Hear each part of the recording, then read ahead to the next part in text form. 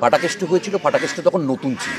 আপনি এখন যদি ফাটাকেষ্ট দেখতে যান, তার মধ্যে ফাটাকেষ্ট 40টা কপি আপনি দেখেছেন।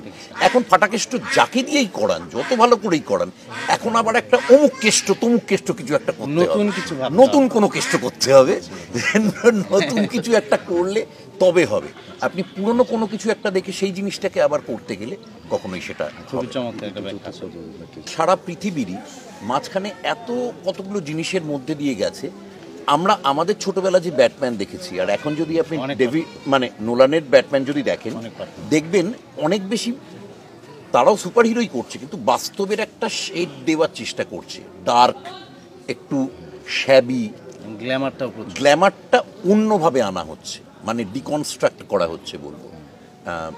তাই সেই অবনির্মাণটা বাংলায় এখনো করে ওঠা যায়নি। মানে বাংলায় যেটা হিট করেছিল ওটাকেই বারবার বানিয়ে যাওয়ার চেষ্টা করছে, প্রত্যেকবার নতুন কিছু করতে।